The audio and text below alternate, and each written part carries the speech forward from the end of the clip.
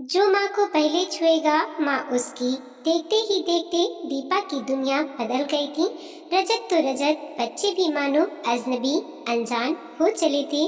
सुना पढ़ा था कि इंसान बुढ़ापे में अकेला हो जाता है, इसने के दो बोल को भी तरस जाता है। पर यहाँ तो 40 वसंत पतझड़ देखते ना देखते वृद्धा अवस्था से उदासी और एकांता घिर आई थी। रजत कार्यालय के कार्यों में व्यस्त, तो बच्चे अपने आप में मस्त। अकेली पड़ गई दीपा, मन को बहलाने फुसलाने का यत्न प्रयत्न करती। पद प्रतिष्ठा के दायित्व तले दबे रजत को घोर समय भाव सही, पर अब भी वह उससे पहले जैसा ही इसने रखता है। बच्चे नटखट सही, पर उदंड तो नहीं। सभ्य सुसंस्कृति यूं बुद्धिमान, लेकिन अब मुझसे इतना कतराते क्यों हैं? हरदम मुझसे दूर क्यों भागते हैं? अकस्मात ही आया यह परिवर्तन दीपा के लिए विषमकारी था। उसे सहसा विश्वास न होता कि वह वही बच्चे हैं जो माँ माँ करते हर पल उसके आगे पीछे दौड़ते रहते थे। स्कूल से लौटते ही अपनी नन्ही नन्ही बाहें पसार उसकी ओर लपकते थे। कैसा अजब सुहाना खेल खेलते थे वो। जो माँ को छुएगा माँ उसकी। माँ मेरी है, मैंने उन्हें पहले छुआ। नहीं, माँ मेरी है, मैंने उन्हें पहले छुआ। होड़ से हुसलाते स्नेह के घारों में बंधी बंधी दीपा अनुराग के ओतप्रोत हो जाती। अरे अरे, डरते क्यों हो? माँ तो मैं तुम दोनों की हूँ ना। नहीं, तुम पहले मेरी माँ हो, मैंने तुम्हें पहले छुआ था। सौरभ ठुनकते, पहले छूने से क्या होता है पागल, मैं बड़ी हूँ, माँ पहले मेरी है। रुचि दादी माँ की तरह विद्वता जताती। सौरभ फिर हार ना मानता। माँ मेरी है, मैंने अभी उसे जल्दी नहीं छुआ क्या? रुचि बड़प्पन का हक जताती। नहीं माँ, ज्यादा मेरी है मैं। अरे अरे, झगड़ा नहीं, मैं तुम दोनों की हूँ, बिल्कुल बराबर बराबर। अब जल्दी करो, बस्ते उतारो, कपड़े बदलो और हाथ मुंह धो। बड़े जोर की भूख लगी है। विलक्षण वाद विवाद पर विराम लगाने के लिए दीपा आमेघ अस्त्र चलाती, तीर निशाने पर बैठता। माँ को भूख लगी है, माँ अकेले खाना नहीं खाएंगी। तेरी मेरी का हेराफेर भूल, दोनों जल्दी जल्दी अपने नन्हे मुन्ने कार्यों में जुट जाती। तो दीपा गर्व गरीम माँ से दीप्ति हो उठती। कितनी छोटी है, फिर भी कितना ध्यान है माँ का उसके अंतस में। फिर अनुराग हिलोरे ले उठता। दोनों ही दौड़कर पटरों पर जम जाती। नन्ही सी रसोई में दीपा की प्यारी सी दुनिया सिमट आती। खाने परोसने मनोमनोहार के साथ बातें चलती तो चलती ही चली जाती। अध्यापिका की बातें, मित्रों की बातें, खेल की, पढ़ाई की, इधर उधर की कहने सुनने में दोनों में हरदम होड़ मची रहती। दीपा के मन में उत्साह व उल्लास छाया रहता। कापी कर रसोई समेट कर दीपा 2 घड़ी लेटने का उपक्रम करती, तो फिर घेरी जाती। माँ माँ, कहानी सुनाओ ना। दोनों उसके अगल बगल आ लेटते। अरे, दिन में कहानी थोड़ी ना ही सुनाई जाती है मामा, रास्ता भटक जाएंगे। वह अलसा कर बहाना बनाती, तो बद कही को बहाने का एक और कारण मिल जाता। मामा की बातें, मम्मी की बातें, मौसी की बातें, दूर बसे सजनों के स्नेही स्मृतियों को सजोते सजोते तीनों ही सपनों के संसार में खो जाते। पर अब सब कुछ कितना बदला बदला सा है। बच्चे बड़े क्या हुए, माँ को ही बिसारा बैठे। और बड़ा होना भी क्या, कच्ची किशोर वार्ता, कोई ऐसी बड़ी परवक्ता तो नहीं कि अपनी दुनिया अलग ही बसा ली जाए। हाय माँ, कॉलेज से लौटी रुचि मुस्कुराहट उछालती, किताबें पटक कर यंत्रवत काम निपटाती। खाने की मेज पर पहुँचते ही वह किसी पत्रिका में मुंह देकर बैठ जाती। खाना और पढ़ना साथ साथ चलता। माँ तुमने खाना खाया? अचानक ही याद आने पर पूछती, लेकिन उत्तर सुनने से पहले ही कथा पात्रों के चरित्रों में गुम हो जाती। सौरभ को खाने के साथ टीवी देखना भाता। माँ तुम भी आओ ना, कहता ना कहता वह दूरदर्शी चलचित्रों के साथ हंसने मुस्कुराने लगता। ना मान ना मनोहर, माँ को बुलाना भी मात्र औपचारिकता हो मानो। पहले हरदम पल्लू पकड़कर पीछे पड़ने वाले बच्चों को अब जरा भी मेरी जरूरत नहीं। दीपा खोई खोई सी रहती, हरदम रुआसी और उदास। उस दिन रुचि की सहेलियां आई हुई थीं। बैठक में हंसी की फुलझड़ियां फूट रही थीं। बेमतलब के ठहाके बरस रहे थे। खूब हंगामा मचा हुआ था। किसको कौन सा फिल्मी हीरो भाता है, बस इसी बात पर वाद विवाद चल रहा था। सभी अपने अपने प्रिय के गुणों का गुणगान करते हुए अन्य के चेहरे के अवगुणों की खोज परख में लगी थी। दीपा शरबत नाश्ता लेकर पहुंची तो अपने पन से वहीं बैठ गई। बच्चों के साथ बच्चा बन जाना उसका सदैव का स्वभाव था। पर यह क्या, कमरे में एकाएक अस्तव्यस्त सन्नाटा घिर आया। निरंतर बजते कहकाहे भी बंद हो गए। सरसता बनाए रखने के लिए दीपा ने सरलता से बातों के क्रम को आगे बढ़ाया। हमारी पसंद भी तो पूछो ना। उसके इतना कहे पर मौन लड़कियां मुस्कुराई। भाई हमें तो आज भी अपना अमिताभ ही भाता है। पर लड़कियां फिर भी चुप असहज ही बनी रहीं। तो दीपा ने बैठा ना गया। वह रसोई में काम का बहाना बना खाली ट्रे उठ खड़ी हुई। रुचि ने भी बैठने को नहीं कहा। उसके उठते ही कमरा फिर किलकारियों से भर गया। लड़कियां फिर से मुखर हो उठीं। तो क्या एक वही थी अनचाही वंचित? क्या वह अब रुचि की केवल माँ है? वह भी एक पीढ़ी की दूर वाली माँ। मित्र वित्र कुछ भी नहीं, पर उसने तो ममता के साथ साथ सखी सहेली सा संबंध भी दिया था बेटी को। वह गुड़िया के ब्याह रचना, वह अपना नन्हा सा घर बसाना, वह रस्सी कूद लुका छिपी का खेल, बीती सारी बातें भूल कैसे गई बेटी। दीपा का मन भर आया। बेटा बेटी दोनों पर उसका स्नेह सम्मान था, लेकिन अब दोनों ही उससे दूर निकलते जा रहे थे। सौरभ भी पढ़ाई की पुस्तकों से समय पाता तो वॉकमैन से गाने सुनने लगता। अब कोई भला उसे कैसे पुकारे। वॉकमैन उतरा नहीं कि वीडियो गेम के आंकड़ों में उलझने लगता।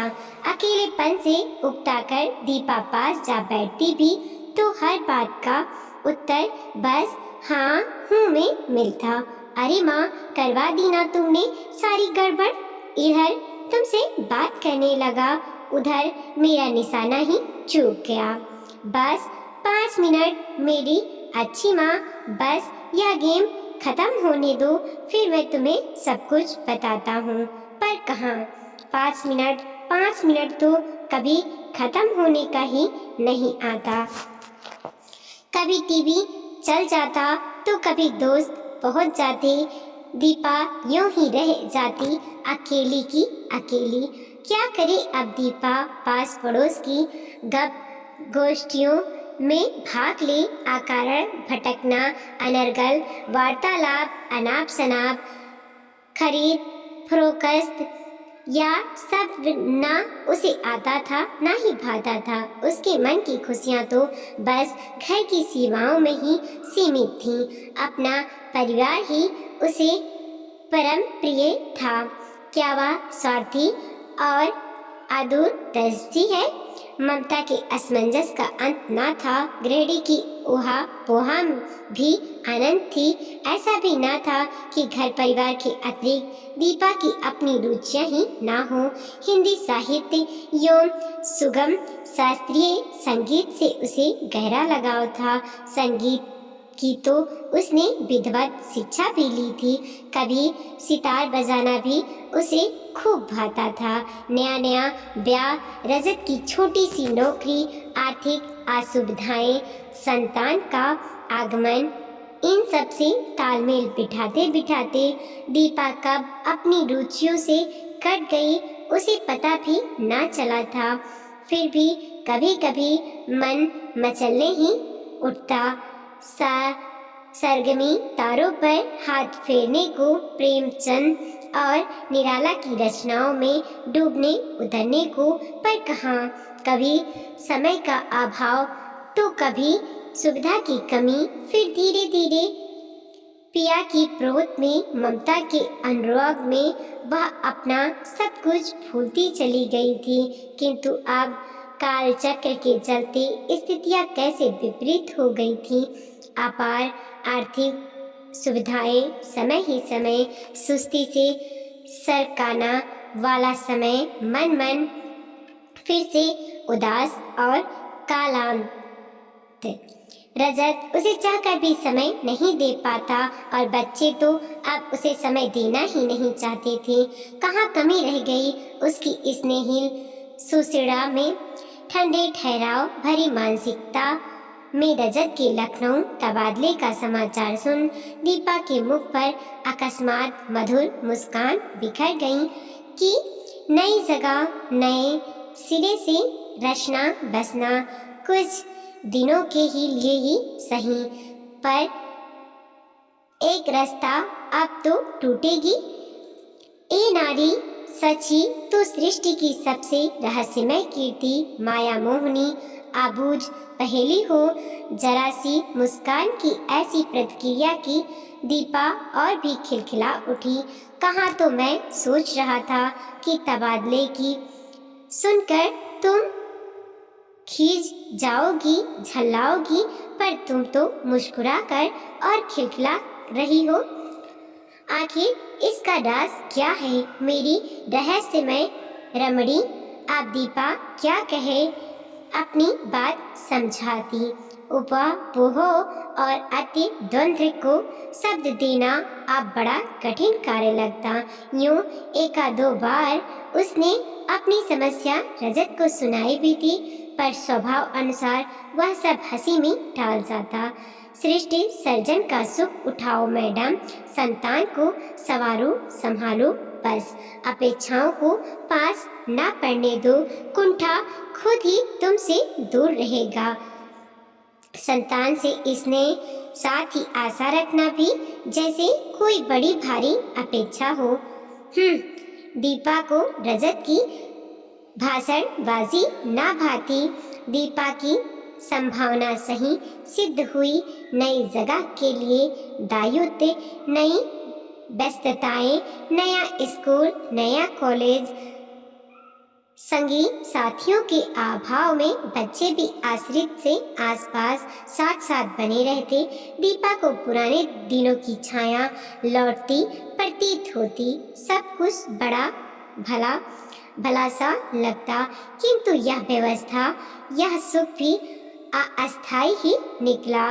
व्यवस्थित होते ही बच्चे फिर अपनी पढ़ाई और नए पाए संग साथी में मग्न हो गए। रजत तो पहले से भी अधिक व्यस्त हो गया। दीपा के अकेलेपन का अंत न था। आओ छाना स्थिरता एवं असुरक्षा के मकड़ जाल फिर उसके मन मस्तिष्क को कसने लगे। दिवाली के बाद लखनऊ के मौसम ने रंग बदलना शुरू कर दिया। कहाँ मुंबई का सदाबहार मौसम, कहाँ यह कड़कती सरसराती सर्दी। जल्दी जल्दी काम निपटा कर दीपा दिन भर बरामदे की धूप का पीछा किया करती। वहीं कुर्सी डालकर पुस्तक पत्रिका लेकर बैठ जाती। बैठे बैठे थकती तो धूप से तपे फर्श पर चटाई डालकर लेट जाती। उस दिन रविवार को उसे सुबह से ही कुछ हरारत सी हो रही थी। छुट्टी वाले दिन भी रजत की अनुपस्थिति और व्यवस्थता का अवसाद होगा, यह सोचकर वह सुस्ती को छटक ज्यों त्यों काम में जुटी रही। इतनी बड़ी हो गई है रुचि, पर जरा ख्याल नहीं कि छुट्टी वाले दिन ही माँ की थोड़ी सी मदद कर दे। पढ़ाई पढ़ाई पढ़ाई, हरदम पढ़ाई का बहाना। आज सर्दी कुछ ज्यादा ही कड़क है शायद। झुरझुरी जब ज्यादा सही ना गई तो हाथ का काम आधे में ही छोड़कर वह बाहर बरामदे की धूप सेकने लगी। पर धूप भी कैसी धुंधलाई धुंधलाई सी, एकदम प्रभावहीन और बेदम। बगिया के फूल भी कुलमुलाए से थे। सर्दी के प्रकोप से सब परेशान प्रतीत हो रहे थे। दीपा ने शॉल को कसकर चारों ओर लपेट लिया और वहीं गुड़ी मुड़ी बनकर लेटी गई। अंतस की थरथराहट थी कि थमने का नाम ही नहीं ले रही थी। सिर भारी और आंखें जलती सी लगी। रुचि को आवाज दूं बुलाने से, जैसा वह बड़ा आ ही जाएगी। कपकपाती थरथराती वह यूं ही लेटी रही, मौन चुपचाप। हाय माँ, अंदर तो बड़ी सर्दी है और तुम यहाँ मजे से अकेले अकेले धूप सेक रही हो, रुचि ने कहा। दीपा ने आँख खोलने का यत्न किया, पर पलकों पर तो मानो मन भर का बोझ पड़ा हो। माँ देखो तो धूप कैसी चटक चमकीली है, चटक चमकीली। दीपा ने आँख खोलने का प्रयत्न किया, पर आंखें फिर भी नहीं खुली। रुचि हैरान हो गई, बोली, माँ तुम इस समय सो क्यों रही हो? उसने उसके हाथ को झकझोरा तो चौंक गई। माँ तुम्हें तो बुखार है, इतना तेज बुखार, बताया क्यों नहीं? सौरभ, माँ को तो देख 4 से 5 आवाजें यूं ही अनसुनी करने वाला सौरभ आज बहन की पहली ही पुकार पर दौड़कर चला आया। क्या हुआ? बुखार? बताया क्यों नहीं? दोनों ने सहारा देकर उसे अंदर बिस्तर पर लिटाकर मोटी रजाई उड़ा दी, पर कपकपाती थी कि कम ही नहीं हो रही थी। सौरभ जा जल्दी से सामने वाली आंटी से उनके डॉक्टर का फोन नंबर, नहीं फोन नहीं, पता ही ले और खुद जाकर डॉक्टर को अपने साथ ले आ। मैं यहाँ माँ के पास रहती हूँ, जा जल्दी। नई जगह, नए लोग, अकेला सौरभ भला कहाँ से? पर तंद्रा ऐसी भारी हो रही थी कि दीपा से कुछ बोलते भी ना बना। सौरभ डॉक्टर के पास दौड़ा तो रुचि भागकर अदरक वाली चाय बना लाई, कमरे में हीटर लगा दिया, फिर हाथ पैरों को जोर जोर से मलने लगी। तुम भी माँ कुछ बताती नहीं हो? आतुर उत्तेजना में बार बार रुचि अपनी शिकायत दोहराती जा रही थी। देखते ही देखते डॉक्टर भी पहुँच गए। अनन फनन दवाई भी आ गई। बच्चे जिन्हें अब तक दीपा सुस्त ही समझती थी, बड़े ही चतुर चौकस निकले। उनकी तत्परता और तन्मयता भी देखते ही बनती थी। बच्चे जिन्हें दीपा आत्मकेंद्रित ही समझती थी, आज साए की भांत उसके आगे पीछे डोल रहे थे। उनका यह स्नेह, यह सेवा देखकर दीपा के सारे भ्रम दूर हो गए थे। इस बीमारी ने उसकी आंखें खोल दी थी। रसोई घर से दूर दूर भागने वाली, भूले भटके भी अंदर ना झांकने वाली रुचि चाय नाश्ते के साथ साथ दाल चावल भी बना रही थी, तो दलिया खिचड़ी भी पका रही थी। दीपा हैरानी कि छुपे रुस्तम होते हैं आजकल के बच्चे। सौरभ को स्कूल भेज वह मुस्तैदी से मोर्चे पर डटी रहती, दीपा के पथ्य को भी ध्यान रखती, घर की भी देख रेख करती। उसके कार्यों में अनुभवहीनता की छाप अवश्य थी, पर आक्रमणता की छवि कदापि नहीं। चौथे दिन बुखार टूटा। दीपा को कुछ अच्छा भी लग रहा था। दोपहर को रुचि ने बाहर धूप में बैठा दिया। तेरी पढ़ाई का तो बहुत नुकसान हो रहा है रुचि। कुछ नहीं होता माँ, मैं सब संभाल लूंगी। एक साथ कितना सब जमा हो जाएगा, बड़ी मुश्किल होगी, कोई मुश्किल नहीं होगी। वैसे भी कॉलेज कभी कभी गोल करना चाहिए। अच्छा तो यह बात है, तुम तो बेकार ही चिंता करती हो माँ। कल पिताजी आ जाएंगे, कल से वो छुट्टी लेकर तुम्हारे साथ बैठेंगे, मैं कॉलेज चली जाऊंगी। रुचि ने पीछे से गला बाहीं डालकर सिर को होले से उसके कंधे पर रख दिया। कितनी बड़ी बड़ी बातें करने लगी है उसकी नन्ही सी गुड़िया, मन ही मन सोच दीपा ने स्नेह से बेटी के अंक में भेज लिया। माँ तुम अच्छी हो गई। स्कूल से लौटा सौरभ गेट से ही चिल्लाया और दौड़कर आकर माँ की गोद में सिर रख दिया। अरे बेटा क्या कर रहे हो? पीठ पर मन भारी कर बस्ता लादे लादे घुस गया माँ की गोद में, जैसे कोई नन्हा मुन्ना सा बच्चा हो।